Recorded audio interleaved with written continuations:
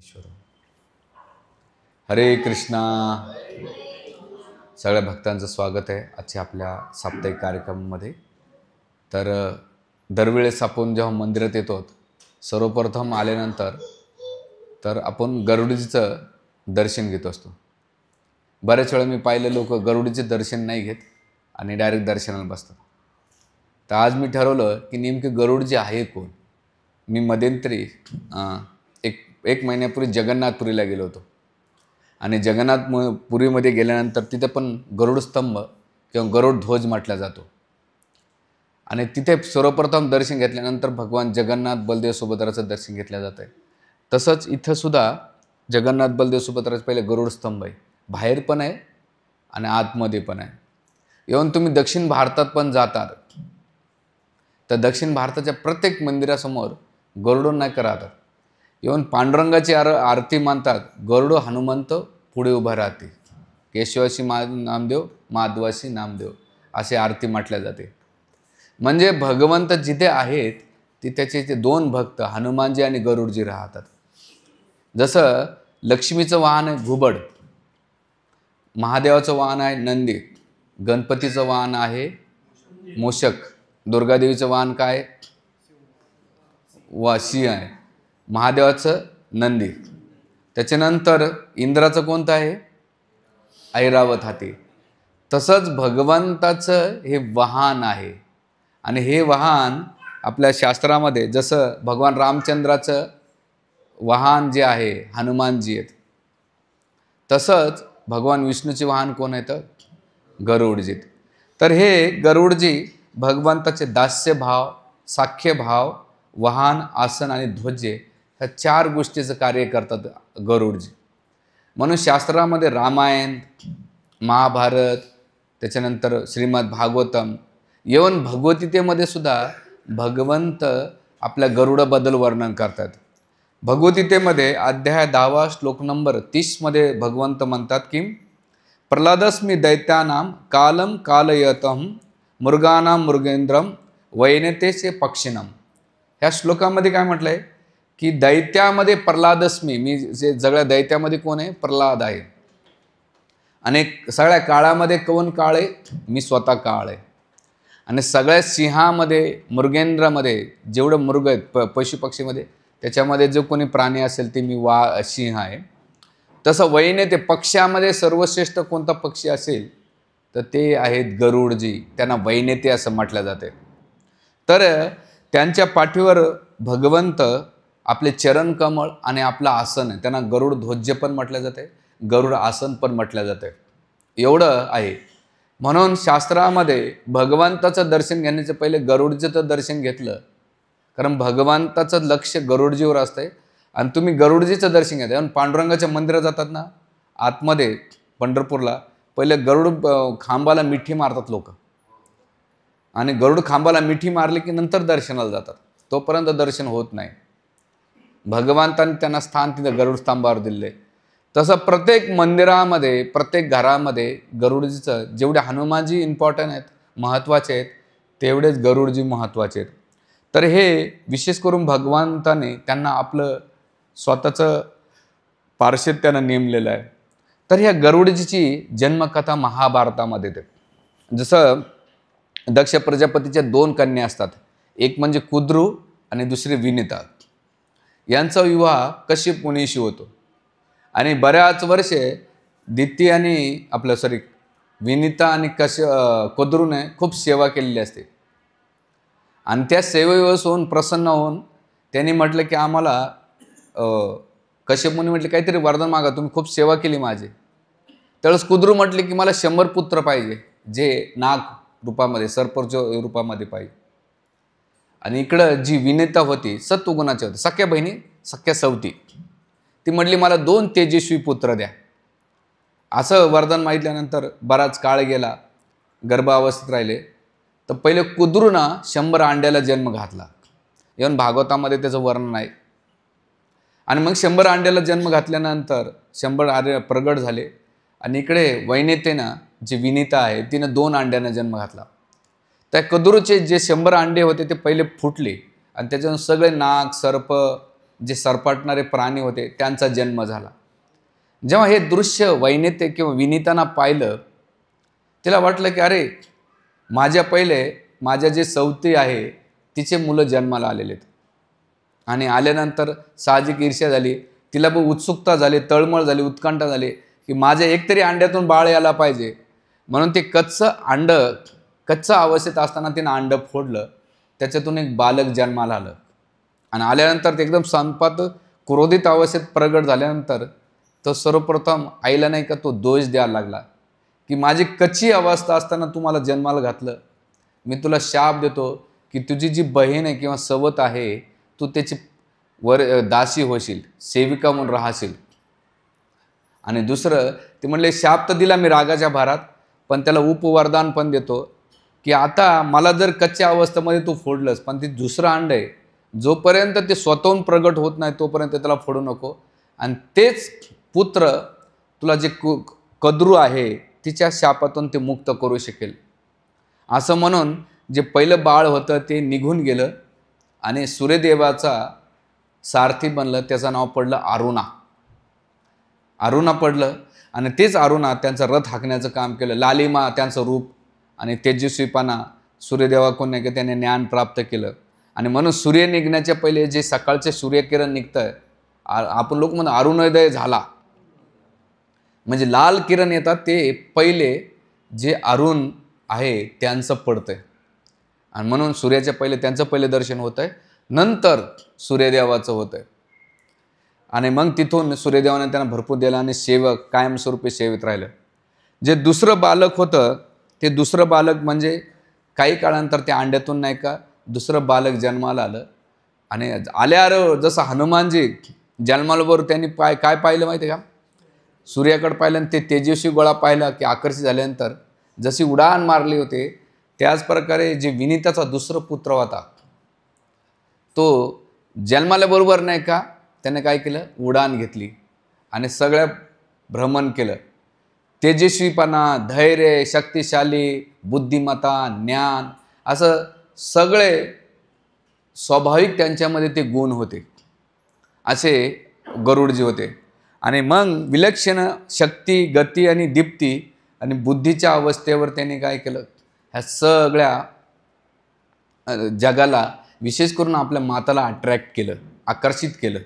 आणि केल्यानंतर गरुडाचं आता याची स्टोरी पुन्हा येते की भागवतामध्ये आता दासीपुत्र, आता ह्या दोघींचं काय झालं, दोघांना पुत्र जन्म आलेले आणि मग त्यावेळेस समुद्र मंथन चालत होतं. आणि समुद्र मंथनचा आता ह्या आपण ज्या स्टोरी ऐकतो रामायण महाभारताच्या किंवा भगवद्गीतेच्या, ह्या स्टोऱ्या आपल्याला अध्यात्म पण प्रिन्सिपल देते आणि आपल्या मटेरियल लाईफमध्ये किंवा आपण जे जीवन जगतोय त्याला पण आपल्याला लेसन देते. म्हणजे कोणत्याही वैदिक ग्रंथाचा जेव्हा अभ्यास करतो तर ते आपल्या सिच्युएशनला आपण जे जीवन जगतो, पारिवारिक जीवनात, सामाजिक जीवनात किंवा आपण जे स्ट्रेसफुल लाईफ जगतोय त्याला ते आपल्याला गायडन्स करण्याचं काम करत होतं. आणि मग अध्यात्मामध्ये का असं ना, ते इनबिल्ट त्याच्यामध्ये काही ना काही निगेटिव्ह व्हायरसेस असतात. आणि मग ह्या विनीते आणि जी कुद्रू होत्या, दोघी बहिणी सवती होत्या एकत्र, त्या समुद्र मंथन उच्चश्रव नावाचा घोडा जन्माला आला आणि त्याच्यात बरेच घोडे जन्माला आले. आल्यानंतर तो घोडा एवढा पांढरा शुभ्र होता, तर विनीता कुद्रू विचारते हा घोडा कसा असेल, ते म्हण लांबून तर दिसतो पांढरा आहे.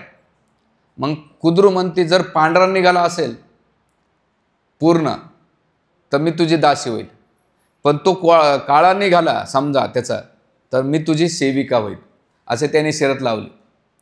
आणि मग जेव्हा तो घोडा जन्माला आला, प्रगट झाल्यानंतर ही कुद्रू नाही कपटी होती, हिपोक्रसी होती तिच्यामध्ये.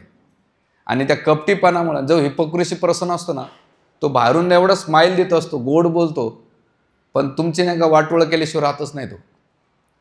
म्हणून जे हिपोक्रसी पर्सन आहे, जे कपटी लोक आहेत, त्याच्यापाशी म्हणजे काही लोक बडबड करतात, नुसते बडबड करतात, त्यांच्या पोटात काही नसतं. जसं पावसाळ्यामध्ये काही बादल असे असतात, नुसते गडगड करतात, पाऊस पडत नाही. पण काही असे ढगं गडगड करत नाही पण पाऊस पाडल्याशिवाय राहत नाही. तसं दोन प्रकारचे लोक आपल्या लाईफमध्ये असतात. जे नुसतं बडबड करतात, ज्या पोटात काही नसतं, ते भडास काढायचं काम करतात. पण जे काही बोलत नाहीत आणि शांतीत क्रांती करतात, अशा लोकांपासून नेहमी अलर्ट राहिलं पाहिजे. आणि तीच गोष्ट कुद्रूनं काय केली, विनितेच्या बाबतीत केली. आणि केल्यानंतर तिनं आपल्या मुलांना इशारा केला. काय केलं, जे उच्चश्रव नावाचा घोडा आहे ना, त्याच्या शेपटीला तुम्ही काय करा, सगळे गोळा मारा, असं लपट मारा. आणि आता सर्प म्हणजे इनबिल्ट त्याच्यामध्ये ईर्ष्या द्वेष भरलेला आहे. म्हणजे त्याला तुम्ही दूध जरी पाजलं तर तो नेहमी फुफकारतो किंवा दंश करत असतो. याला म्हणतात सेकंड मेंटॅलिटी. काही लोकांना तुम्ही किती हेल्प करा, ते तुम्हाला क्रिटिसिझम करणार, त्याच्यामध्ये नेहमी द्वेषच असणार आहे. मग त्याला म्हणतात वृत्ती कोणती, सर्पवृत्तीचं म्हणतात. आता मी त्या लाईफ लेसनमध्ये जात नाही, आपल्या मेन स्टोरीकडे येऊया. मग अशा प्रकारे जेव्हा ते त्या घोड्याच्या शेपटीला ह्या कुद्रूच्या मुलाने वेटोळं केल्यानंतर जेव्हा तो कुद्रू म्हणते, नाही घोडा तर पांढरा नाही, काळा आहे, त्याची शेपूट काळी आहे. विनीतनं पाहिलं की काळी कस काय, पांढरा घोडा आहे पण काळी दिसते. म्हणली बघ शेपूटकडे बघतो. आणि जसं शेपटीकडे पाहिलं तो काळा निघाला. आणि आल्यानंतर ठरल्याप्रमाणे विनीता ही 100 वर्षे कोणाची दासी बनली, कुद्रूची बनली. आणि कुद्रूची दासी बनल्यानंतर इथं विनीताचा जो पुत्र होता त्यानं पाहिलं की माझी मावशी, माझी सावतराई हिनं काय केलं, कपटपणा केलाय.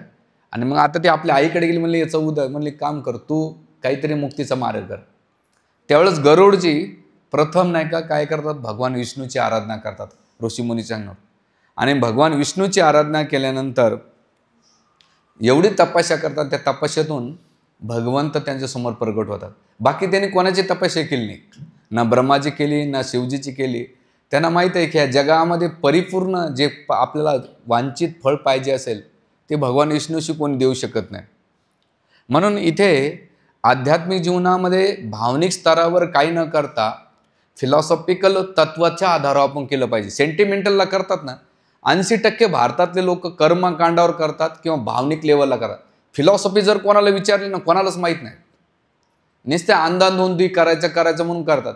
माझ्या घरचे मी करतोय आणि माझ्या पुढच्या जनरेशन करावं, पण ते का करायचं, कशासाठी करायचं, याचं काय फळ भेटतं काय नाही भेटत काही माहीत नाही. जसं मी मध्यंतरी एका सांगितलं का घरी गेलो होतो, असे भरपूर देवाचा मॉलच भरला होता त्यांच्या घरामध्ये. आपल्याकडं मॉल असतो ना, तसा मॉल होता. आणि ते अगरबत्ती फिरवायची. म्हणलं कोणाला फिरवली, ते म्हणले महाराज ज्या देवाला भेटते त्याने घेऊन टाकावं. म्हणजे अरे तुम्ही म्हणजे असं झालं, तुमच्यासमोर घरात 10 लोक बसवले, एकाला प्लेट ठेवली, ज्याला भेटन त्यानं खाण्यात बाकीचे उपाशी मारा, असं झालं ना, नाही ना. जर तुम्हाला जी शास्त्रसुक्त पद्धतीने केलं तर तुम्हाला ते वाजे. म्हणून काही लोक भरपूर करतात पण त्यांना यश प्राप्त होत नाही. याचा अर्थ काय, ते गडबड गोंधळ करतात. तो विषय नाही आपल्याकडे, मेन मुद्द्याकडे या. आणि मग अशा प्रकारे जेव्हा गरुडजीने काय केलं, भगवंताची आराधना केली आणि तपस्याच्या आधारावर भगवंत प्रगट. म्हणले तू एवढी तपस्या केल्याचं कारण काय, म्हणे मला नाही का काय वरदान पाहिजे तर माग. तर त्यावेळेस गरुडजी 3 वरदान मागतात. पहिलं वरदान मागतात ते म्हणतात की माझी जी आई आहे, दासत्व स्वीकारलेले माझ्या मावशीकडून, कुद्रूकडून, तिला दासमुक्त करा. आणि ते दासमुक्त करण्यासाठी जी आट टाकली होती कुद्रूनं की माझ्या पुत्रांना आणि मला काय पाहिजे, स्वर्गातलं अमृत पाहिजे होतं, त्यासाठी तुम्ही मदत करा. तर भगवान विष्णू म्हणले तथास्तु. दुसरं वरदान मागितलं, म्हणजे दुसरं काहीतरी वरदान माग. तर त्यावेळेस गरुडजी म्हणतात मला नित्य दासत्व प्राप्त तुमचं पाहिजे, मी तुमचा सेवक म्हणून तुम्ही मला स्वीकार करा. भगवंत म्हणले ठीक आहे तथास्तु. आणखीन एक काहीतरी वरदान माग. तर त्यावेळेस ते म्हटले की मला असं शक्ती द्या, असं बल द्या की ज्या प्रकारे मी तुमचं गुणगान करू शकेल. भगवंत म्हणले ठीक आहे. आणि म्हणून या 3 वरदान भगवंताने केलं. कायमस्वरूपी त्यांच्या नित्यदासो म्हणून, त्यांचं वाहन म्हणून भगवान विष्णूने काही चूज न करता गरुडजीला केलं. का बरं केलं, विलक्षण बुद्धी, तेज गती, त्याच्यानंतर असे विविध क्वालिटी आणि बळ, शक्ती, सामर्थ्य आणि त्याबरोबर वेदाचा अभ्यास केलेला, असं म्हणून त्यांनी मान स्वीकारलेलं आहे. म्हणून भगवंत जेव्हा कोणा भक्तांना निवडतात, असं नाही की गळ्यात माळा घातल्या, भगवे कपडे ठेवले, दाढ्या वाढवल्या, शेंड्या ठेवल्या किंवा अंगाला सगळा तिलक लावला मग देव भेटतो, नाही. एखादा IPS कलेक्टर व्हायचं असेल तर तुम्हाला तेवढ्या एक्झाम दिल्यानंतर तुम्हाला त्या पदावर दिलं. तसंच भगवत प्राप्ती करायचं असेल तर तेवढे गुण तुम्हाला अर्जित करावं लागतात, तेव्हा भगवंत भेटतात. आम्ही आलो, घंटी वाजवली, दंडोत केला, जाताना फुकट केळे भेटतात, खाल्ले निघून गेले, नाही होत. हे बाह्य आवरण आहे. इंटरनल तुमची चेतना काय करते, ती चेतना भगवंताशी संबंधित होते का? माझ्या स्वभावामध्ये, माझ्या व्यवहारामध्ये, माझ्या कार्यामध्ये पारदर्शकता दिसते का? बरेच लोक देवदेव करतात पण त्याच्या स्वभावामध्ये, व्यवहारामध्ये कधीच फरक पडत नाही. घरी गेल्यानंतर बापरे खूप कल करतात, न सासूशी धड बोलतात, न सुनाशी, न आई वडिलाशी, न बहीण भाऊ. अरे तू देव करून आला का मजा करून आला? देव करणं म्हणजे त्या देवत्वाचे गुण, क्वालिटी आपल्याला आत्मसात केलं पाहिजे, तेव्हा ते भगवत प्राप्ती होती. नाही तर लोकांचा गैरसमज आहे, आम्ही आलो भांडारा फुकटचा खाल्ला. नाही, एवढं सोपं नाही आहे. तेवढी क्वालिटी आपल्याला इनबिल्ट करावं लागेल, तेव्हा भगवंत आपल्याला स्वीकारतात. तुम्ही लोकांच्या नजरेत बनवू शकता धार्मिक बनण्याचं कारण, पण भगवंताच्या नजरेत बनण्यासाठी त्यांच्या क्वालिटीनुसार तुम्हाला चालावं. कलेक्टर बनायचं असेल तर गव्हर्नमेंटचे काही पॉलिसीज आहे त्यानुसार तो कलेक्टर बनतो, असं कोणाला बनवत नाही. तसंच भगवंताला प्राप्त करायचं असेल किंवा भगवंताला प्रसन्न करायचं असेल तर भगवंताने आपल्यासाठी काही क्वालिटी दिलेल्या आहे, त्या आत्मसात केल्या तर भगवंत आपल्याला ते स्वीकार करतात, तोपर्यंत नाही स्वीकार करत. आणि तेच गरुडजीनं ह्या क्वालिटी आत्मसात केल्या, तेव्हा भगवंताने त्यांना वाहन म्हणून स्वीकारलं.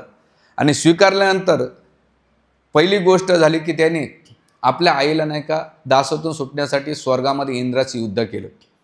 आणि युद्धामध्ये त्याच्यामधलं जो अमृत कलश आहे तो पळून नेला. आणि जे कुद्रूचे जे काही पुत्र होते सर्प, त्यांना ते समर्पित केलं. बस जसं समर्पित केला तसंच इंद्राने काय केलं, पुन्हा ते अमृत हिसकून घेतलं आणि पळून गेले. कुद्रू म्हटले असं नाही, म्हणलं माझं देण्याचं काम होतं, प्याचं नाही प्याचं तुमचं काम आहे. आणि चतुरपणा करून इंद्राने ते केलं. आणि म्हणून त्या गोष्टीमुळं त्यांनी काय केलं, आपल्या आईला दासवतातून मुक्त ते केलं. म्हणून गरुडजीला मातृभक्त म्हटल्या जातं शास्त्रामध्ये. आध्यात्मिक जीवन बघताना कधी पण आपण मातापित्याचं दुर्लक्ष करता कामा नाही, पण ते आध्यात्मिक पाहिजे. इव्हन आदि शंकराचार्य शेवटच्या क्षणाला आपल्या आईची सेवा केली. आदि शंकराचार्य ध्यानात ठेवा, जे त्यांनी हिंदू धर्माची स्थापना केली, एवढं ग्रंथाचं केलं, मातापित्यांची सेवा. काही लोक खूप देवदेव करतात पण घरच्यांची व्यवहार नाही का त्यांचं खूप आवडत. पण मातापिता पण तेवढ्याच स्वभावाचे चांगले पाहिजे. ते खडूस स्वभावाचे असेल, एक साईडनं मला एकदा असं म्हटले, अहो आजकाल वृद्धाश्रममध्ये नाही का लय म्हातारे लोक. अरे म्हणलं हे बी काही कमी खोडील नसतात, तुम्ही एकच साईड बघून त्यांना बोलतात, पण त्याच्यापेक्षा डेंजर जास्त असतात. माणसाचं काय, माणसाचं वय वाढतं पण वैराग्य वाढत नाही, शरीरानं वाढतं पण डोक्यानं वाढत नाहीत. पण वन साईड नाही. तर तेवढं धार्मिक असेल तर भगवंत कृपा देतात. आणि अशा प्रकारे जेव्हा कुद्रूला मुक्त केलं, मातृभक्त, आदि शंकराचार्य घ्या, इस्कॉनमध्ये मोठमोठे संन्यासी पण घ्या, येऊन आचार्यांचे कितीतरी उदाहरणं आहेत. पुंडलिक आपल्या महाराष्ट्रामध्ये एक चांगलं उदाहरण आहे. पुंडलिकाने आईबापाची सेवा केली, पण ते मातापिता पण धार्मिक होते, त्यामुळे भगवंत प्रसन्न झाले. आपले मातापिता बेवडे खाणार पिणार असेल तर कसं देव प्रसन्न होईल? हां, याचा अर्थ हे नाही की त्यांना दुर्लक्ष करा, त्यांना आदर करा, मान सन्मान द्या, पण त्यांची हेळसांड होता कामा नये. अशा प्रकारे जेव्हा कुद्रूला मुक्त केलं आणि म्हणून वाहन स्वीकारलं गरुडजीनं भगवंताने. आणि तिसरी गोष्ट, भगवंताच्या गुणगानासाठी गरुडदेवाने गरुड पुराणाची रचना केलेली आहे. आणि ज्यांना मुक्ती पाहिजे असेल, म्हणजे जीवनाच्या पूर्वी आणि मृत्यूनंतर ज्यांना मुक्ती पाहिजे असेल तर गरुड पुराण वाचायला नियम सांगितलेले आहेत. येऊन भगवंताचं दर्शन घ्यायचं असेल तर पहिले गरुड स्तंभाचं दर्शन आहे, म्हणजे गरुडीचं दर्शन घेतलं तर भगवंत तुमच्याकडे पाहतात. इंग्लिशमध्ये एक म्हण आहे ना की माझ्या प्रेम करण्याच्या पहिले माझ्या कुत्र्यावर प्रेम कर. काय प्रति श्लोक? लव माय डॉग बिफोर मी, म्हणजे पहिले माझ्या कुत्र्यावर प्रेम करा, नंतर माझ्यावर करा. तसं भगवंताच समजा एखाद्या मातापित्याला अट्रॅक्ट करायचं असेल, पहिले त्याच्या मुलाला चॉकलेट खाऊ घाला. त्याच्या मुलाला तुम्ही शिव्या घालत बसता आणि तुमच्यावर प्रेम कर, नाही म्हणणार ना. त्याच्या मुलाला खाऊ पिऊ घाला, नंतर त्याचे आईबाप नॅचरली अट्रॅक्ट होतात. तसंच भगवंताचे जे भक्त आहेत ना, त्यांचा सहारा घेतला तर भगवंताची कृपा आपोआप येऊन जाते. आणि अशा प्रकारे जेव्हा गरुड पुराण. आणि गरुड पुराण कधी वाचा? लोक मेल्यानंतर वाचतात, दुर्दैव आहे. जिवंतपणे वाचलं पाहिजे. त्याचे दोन कारण आहेत गरुड पुराण वाचण्याचे. एक म्हणजे जो आत्मा गेलाय त्याने काय काय कारनामे केले आणि त्याची काय काय गती होती त्याचं वर्णन दिलेलं आहे. आणि जे बसलेले आहेत ना त्याने ऐकून सुधरावं, कसं कोणाशी वागायचं, कसा व्यवहार करायचा, हे नाही वागायचं. तुम्हाला वाटतं मी देतो आवळा द्यायचा आणि भोपळा मागायचा? नाही, माहिती ना आवळा देऊन भोपळा मागायचा. देवा एक घंटी वाजवली की आवळा देतो आणि भोपळा पाहिजे मला, म्हणून तर गर्दी करता मंदिरात लोक. नाही, तसं नाही. शास्त्र काय म्हणतं हे महत्त्वाचं आहे.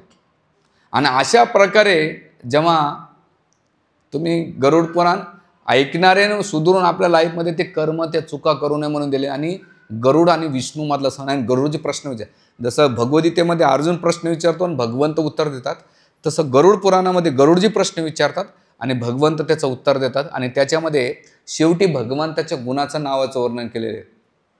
आणि असे हे दिल्यानंतर भागवतामध्ये गरुडच्या वेगवेगळ्या लीलाचं वर्णन आहे. येऊन श्रीमद भागवताच्या 3ऱ्या स्कंदामध्ये 21व्या अध्यायामध्ये जेव्हा कर्दमुनीसाठी भगवंत दर्शन द्यायला आले होते, ज्या गरुडावर बसून आले, तर त्यांच्या पंखातून सामवेदांचा नाही का ध्वनी ऐकायला भेटला.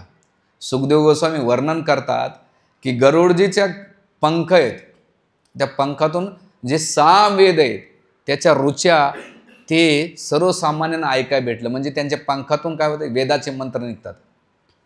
म्हणजे किती इनबिल्ट, किती ते वेदांचा अभ्यास केलेला असेल. बघा, तुमच्या मनात जे असेल तेच ओठात येते. पिक्चरचं गाणं लगेच पाठ होतंय ते तेच येणार आहे. पण आध्यात्मिक सॉन्ग किंवा आध्यात्मिक पोयम किंवा आध्यात्मिक जे भजन आहे ते नाही आहेत. कारण की आपल्या माइंडमध्ये मट्रिस्टिक गोष्टी, आपली चेतना मट्रिस्टिक असल्यामुळे मट्रिस्टिक गोष्टी घेत आहेत. आणि आपली चेतना प्युरिफाय शुद्ध असेल तर तेवढं चेतना शुद्ध असलेल्या गोष्टी आपण ऑब्झर्व करू शकतो. म्हणजे हे लोचिंबक आहे ना, लोखंडालाच आकर्षित करू शकते. लोचिंबक दगडाला नाही आकर्षित करू शकत. ज्याच्या हृदयामध्ये शुद्ध चेतना आहे तो भगवंताच्या तत्वाला आकर्षित करू शकतो. आणि ज्याची चेतना एकदम मलिन आहे, दूषित आहे, तो भौतिक जगाच्या इंद्रिय तृप्तीला आकर्षित करतो. हा डिफरन्सेस सांगितलेला इथं. आणि मग सामवेदाचं तिथे दिल्यानंतर कर्दमुनी प्रसन्न होतात. आणि बृहद आणि रथांतर नावाच्या सामवेदाचे 2 विभाग तिथून त्यांच्या रथातून 2 पंखातून बाहेर पडतात. हे गरुडजीचं तिथं एक वर्णन आहे.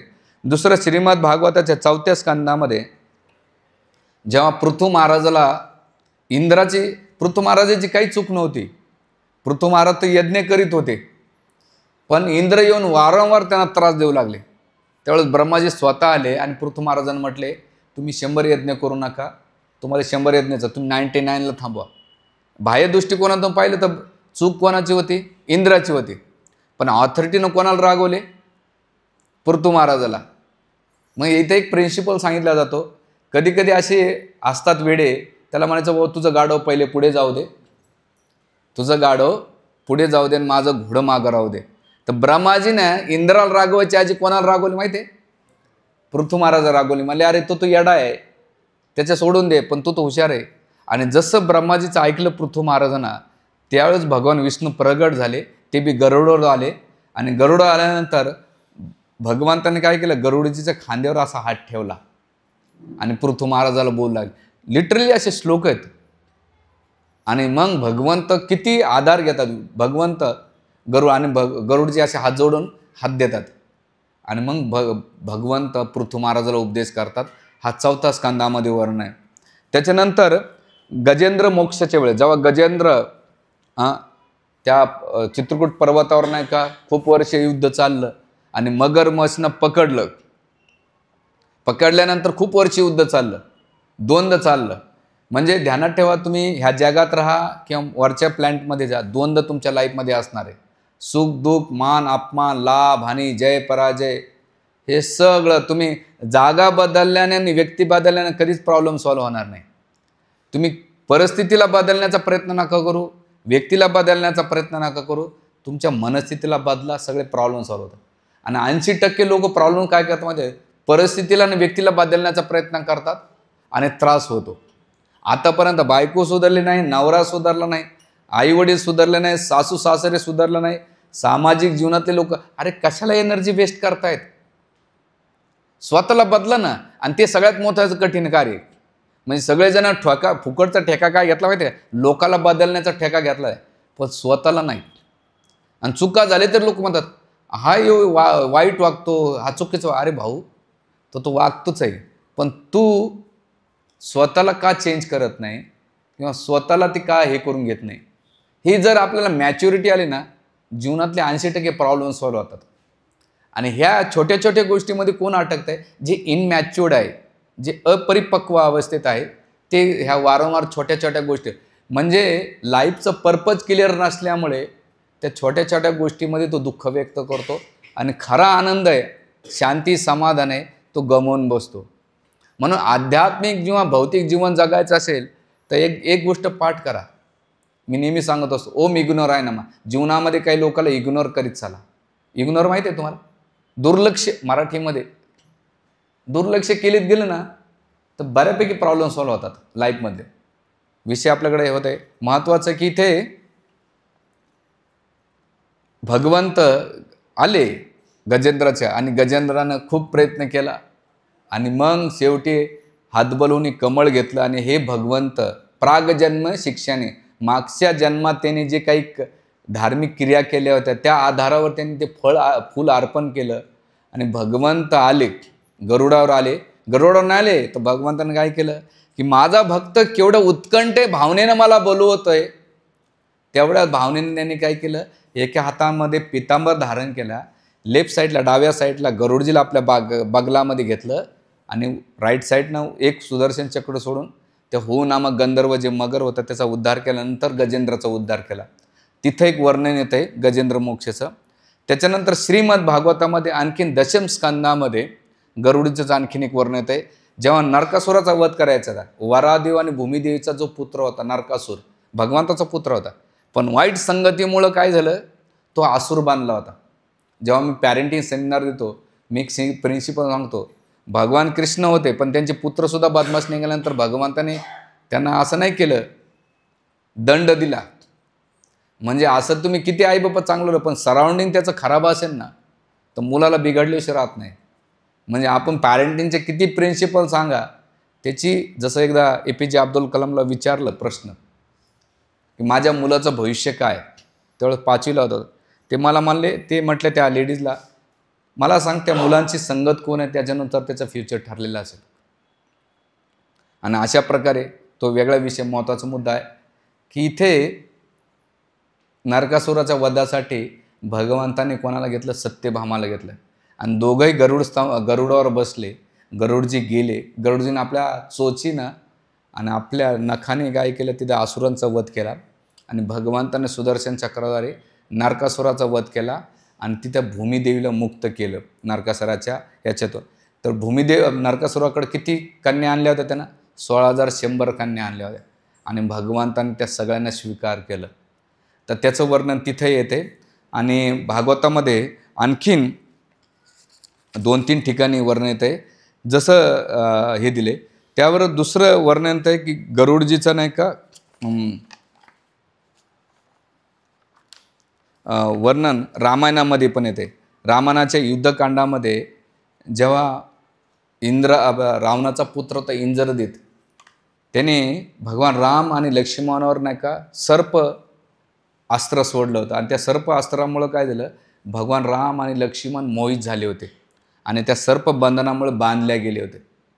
प्राय सगळ्या सृष्टीमध्ये हाकार माजला का रे भगवंत बेशूज झाले, भगवंत लीला करतायत. म्हणजे जसं एखादा पिक्चरमध्ये एखादा हिरो ॲक्टिंग करतो, आपलं वाटतं का अरे असं झालं, पण त्या टायमाचा तो ड्रामा असतो. पण का बरं, त्याच्यामध्ये रस वाढवण्यासाठी. रस म्हणजे की आणखीन काहीतरी लोकांचं पाण्याचं इमोशन. तसं भगवंताने ती लीला केल्यानंतर इंद्रजितला वाटलं आता मी काय केलं, राम आणि लक्ष्मणाला पराजित केलं. तर त्यावेळेस सगळ्या सृष्टीमध्ये हे झालं, अवस्था बिघडली. तेव्हा पहिले गरुडजी आले आणि जसं गरुडजीचं आगमन झालं, पाहिलं की माझे भगवंत कठीण प्रसंगामध्ये आहेत. तर त्यावेळेस भगवंत गरुडजी आल्याबरोबर सर्प नाही का त्यांना पाहून काय झाले, मुक्त झाले आणि त्या सर्प अस्त्रातून भगवान राम आणि लक्ष्मणाला मुक्तता केली, याचं वर्णन गरुड पुराणामध्ये येते. तर त्याचबरोबर आणखीन महत्त्वाची रोल त्याने निभावला. त्याच्यानंतर गरुडजी विशेष करून वैष्णव सेवा जास्त करतात. श्रीपाद रामानुजाचार्य जे दक्षिण भारतामध्ये भगवान रंगनाथ आणि जे वरदराज त्याचे अनन्य भक्त होते. एकदा त्यांना जे आदिकेशव मंदिर आहे, अनंत पद्मनाभ मंदिर, ह्या मंदिरात नाही का त्यांना दर्शनाला जायचं होतं. तर दक्षिण भारताच्या थिरुकुरुगुडी नावाच्या मंदिरामध्ये ते होते. तर त्या मंदिरात त्यांना असं वाटलं की अनंत पद्मनाभाला वाटलं की मला माझे श्रीपाद रामानुजाचार्य दर्शन घ्यायचं. आणि अनंत पद्मनाभ मंदिर कुठे, केरळामध्ये, आणि हे जे मंदिर आहे तामिळनाडूमध्ये. तर भगवंताने स्वतः गरुडजीला पाठवलं आणि पाठवल्यानंतर सांगितलं की भगवंताने तुम्हाला बोलवलं. तर त्यावेळेस रामानुजी म्हटले की आसनावर बसण्याचा अधिकार केवळ भगवंताला, मला नाही, मी नाही येऊ शकत. तर त्यावेळेस गरुडजीनं काय केलं, हळूच उचललं रामानुजाचार्याला आपल्या हातामध्ये आणि ते म्हणले पाठीवर नको बसून, मी उचलून घेऊन जातो. आणि हातावर धरून नाही का भगवंताला, आपल्या श्रीपाद रामानुजाचार्याला अनंत पद्मनाभ स्वामी जे मंदिर आहे तिथे त्याने सोडलं, म्हणजे वैष्णव सेवा. त्याच्यानंतर गरुडजीच्या प्रती जो निंदा करेन त्याचा अपराध पण. जसं श्रीमद भागवताच्या 4थ्या स्कंदामध्ये सौबरी मुनी होते, आणि ज्या सौबरी मुनी यमुनाच्या तलावामध्ये पाण्यामध्ये तपस्या करीत बसले होते. तर गरुडीचं खाद्य हे मासे होत्या, नेमून ते माशा खायचे. पण त्यावेळेस त्या माशीच्या कम्युनिटीनं पाहिलं की सगळं संकट समस्या आहे, ते कोणाकडे गेले, सौबरी मुनीकडे गेले. आणि सौबरीनं 2-3 वेळा सांगितलं गरुडचं, पण ते म्हणले माझं नॅचरली खाद्य आहे, तुम्ही बाधा आणतायत. ते म्हणले पुन्हा जर ह्या तलावामध्ये आला, ह्या डोहामध्ये आला तर काय होईल, तुझा मृत्यू होईल. तेव्हापासून जे गरुडीचा सावतर भाऊ कोण, कालिया, जे कुद्रूचा पुत्र होता, तो तिथे आला. त्याला माहीत होतं की हे जे गरुडजी आहे, आता सर्पयोनीमध्ये कसंच होतं, एकदा मीटिंग ठरली होती की गरुडजी येतात आणि सर्पांना खाऊन टाकतात. ते एक मीटिंग झालं की प्रत्येक परिवारातून एक खाद्य द्यायचं काही ना काही. पण एक वेळेस काल्याचा नंबर आला, तर काल्यानं काय केलं, जे गरुडजीचं खाद्य होतं ते स्वतः खाऊन घेतलं. त्यावेळेस गरुडजी म्हटले अरे मला उपाशी ठेवलंय, तुझ्याकडे बघतो. आणि मग त्या भीतीपोटे कालिया कुठून आला की अरे आता एकमेव सिक्युअर ठिकाण कोणतं आहे, सौबरी मुनीचं, कारण तिथे शाप दिला. आणि मग त्या काल्या डोहात राहू लागले सौबरी मुनी. तर सौबरी मुनी जेव्हा असा गरुडजीच्या प्रती अपराध केल्यानंतर त्या सौबरी मुनीनं पाण्यामध्ये राहिलं, तिथं 2 माशा संभोग करीत होते. जसे दृश्य पाहिलं तर त्यांच्यामध्ये ते इंद्रिय उत्तेजना झाली आणि त्यांना वाटलं की मी ते आनंद घ्यावा, किंवा त्यासाठी त्यांनी लग्न केलं. राजा मंदाताकडे गेले. त्यावेळेस राजा मंदाता होते. ते म्हटले की अरे एवढं गळी शरीर आहे, म्हणे मला एक कन्या पाहिजे. ते म्हटले बघा तुमच्या कन्याला विचार. त्यांनी पाहिलं की मी वृद्ध अवस्थेत आहे, माझे शरीर जर्जर झाले, मला कोण शिकवणार. आपल्या यौगिक शक्तीनं नाही का एवढे सुंदर झाले, एवढी ब्युटी झाले. आणि जसं राजा मंदाताच्या कन्याकडे गेले तर राजा मंदाताच्या 50 कन्याने इथे सौबरी मुनीशी लग्न केलं. आणि मग तिथे म्हणजे अपराध केला, त्याचं नुकसान काय झालं याचं वर्णन आहे. म्हणून इथे भागवतामध्ये गरुडजीचं 4 गोष्टीचं विश्लेषण केलेलं. एक म्हणजे मातृभक्त, आपल्याला मातृभक्त प्रिन्सिपल दिलेला आहे. दुसरं म्हणजे शक्ती म्हणजे की जेव्हा समुद्र मंथन चालत होतं आणि समुद्र मंथनामध्ये जे कोणता पर्वत, द्रोणाचल पर्वत नाही का, तो होता. त्यावेळेस भगवंतासोबत गरुडजीनं मदत केली होती. आणि मदत केल्यानंतर भगवंताने इशारा केला की आता हे पर्वताला नाही का मंथन करायचं आहे, तो वासुकी सर्प येणार आहे. आणि तो सर्प जर तू असेल तर येणार नाही. भगवंताचा मनोभाव जाणला कोण, गरुडजीनं. आणि लगेच तिथून अदृश्य झाले, तुझं काम संपलं म्हटले, जा. आणि गरुडजी निघून गेले, म्हणजे आपल्या स्वामीचं भाव त्याने जाणला. तर हे शक्ती आणि भक्तीचं निष्ठा. त्याच्यानंतर बुद्धी, इंटेलिजंट. तुम्ही गरुड पुराण वाचताना, गरुड पुराण हे खूप एवढं नॉलेजेबल आहे, म्हणजे तुम्हाला ह्या जीवनात कसं जगायचं, जीवनाचा त्याग कसा करायचा, मृत्यूनंतर काय होतं याचं डिटेल्स वर्णन गरुड पुराणामध्ये दिले. आणि एक एक असे प्रश्न विचारले आहेत. मी जेव्हा गरुड पुराण वाचतो म्हणले अरे असे एवढे भारी प्रश्न आपल्याला बी कधी पडले नसते. आणि ते सगळे प्रश्नाचं उत्तर भगवंताने दिलेलं आहे. म्हणजे प्रश्न विचारणारा इंटेलिजंट असेल तर उत्तर देणारा तेवढंच तसं नॉलेज निघते. आजकाल आम्हाला कुणी काही प्रश्न विचारतात, म्हणजे वेगवेगळ्या प्रकारचे प्रश्न विचारतात, त्याला काही हेच नाही. तर गरुडजीने ते विचारलं. दुसरं कर्तव्यनिष्ठ, आणि असं म्हटलं जातं की मुक्ती जर पाहिजे असेल तर प्रत्येक व्यक्तीनं गरुडजीचा आश्रय घेतला पाहिजे, त्यांची साधना केली पाहिजे, त्यांना दंडवत केलं पाहिजे. आणि दुसरं, ज्याप्रमाणे गरुडची तुलना केली जाते, जसं मधमाशा पारिजात फुलातून फुलाचे पराग जमा करतात, त्याचप्रमाणे भगवंताचे भक्त गरुडजी काय करतात, सगळ्या भक्तामध्ये चांगले सद्गुण घेऊन भगवंताची सेवेत लावतात आणि किंवा भगवंताची सेवा करता, याचं वर्णन आहे. म्हणून आपण जेवढं भगवंताचं गुणगान करतो तेवढंच भक्ताचं गुणगान केलं पाहिजे. मला एकानं प्रश्न विचारला होता काल परवा दिवशीच, परवा आमच्याकडे रंगपंचमीचा फेस्टिवल झाला मंदिरामध्ये, इस्कॉन मंदिरामध्ये. म्हणे प्रभूजी संतांचे नाव घेण्याची काय गरज आहे, भगवंताचं नाव घेतलं चालत नाही का? तर म्हटलं, जसं एखाद्या आई वडिलांना आपल्याकडे अट्रॅक्ट करायचं असेल तर त्याच्या मुलाचं नाव जर आपण दिलं, हे चिंट्या पिंट्या, तर लोक विचार करतात, अरे ते आई वडील बघतात की माझ्या मुलाला आवाज कोण दिलेला आहे. तर त्याच प्रकारे जेव्हा भगवंताला अट्रॅक्ट करायचं असेल तर त्यांच्या भक्ताचं जर उच्चारण केलं तर भगवंत म्हणतात का रे माझा प्रिय भक्ताला कोणतरी आवाज देते. आणि जसं नवऱ्याला अट्रॅक्ट करायचं असेल तर बायकोचं नाव घ्यायचं, बायको किंवा बायकोला जर अट्रॅक्ट करायचं असेल तर नवऱ्याचं नाव घ्यायचं. म्हणजे एवढे प्रिय असतात एकूण नाव घेतलं की बघता, अरे माझ्या नवऱ्याचा आवाज कोण दिला, माझ्या बायकोचा आवाज कोण दिला, किंवा माझ्या मुलाचा आवाज दिला. तसंच भगवंताचे भक्त जर कृष्णाला अट्रॅक्ट करायचं असेल तर राधाराणीचं नाव घेतलं पाहिजे, आणि राधाराणीला आपल्याकडे बघायचं असेल तर कृष्णाचं नाव घ्यायचं. म्हणून वृंदावनमध्ये गेलात ना, तिथं कोणाचं नाव नसतं, राधा राणी असतं. का बरं राधा? तर कृष्ण बघतात की माझं नाव कोण घेतं, माझ्या प्रेयसीचं नाव कोण घेतं, आणि म्हणून एकाच्या नावानं. आणि त्याच प्रकारे भगवंताचं नावाचं घेतात, जसं ज्ञानबा तुकाराम असो, हनुमानजी असो, गरुडजी असो.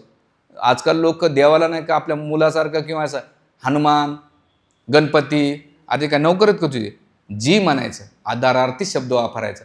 ते खूप मोठे पदावर आहेत, आपण छोटे किरकोळ आहेत.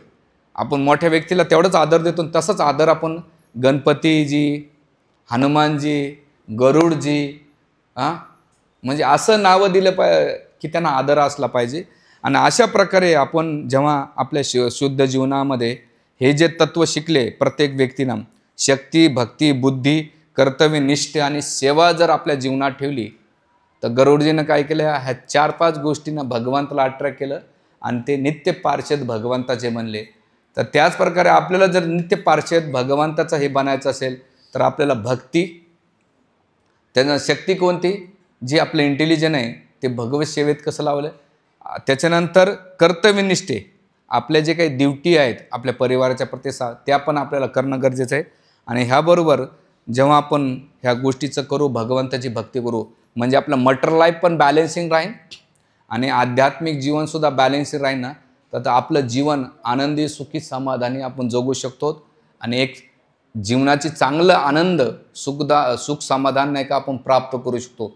म्हणून अध्यात्म करताना पहिली गोष्ट ध्यानात ठेवा, भक्ती करताना आपल्याला कोणत्या गोष्टी कॉम्प्रोमाइज नाही करायच्या, तर त्या गोष्टी आपल्याला भगवत सेवेत लावायच्या.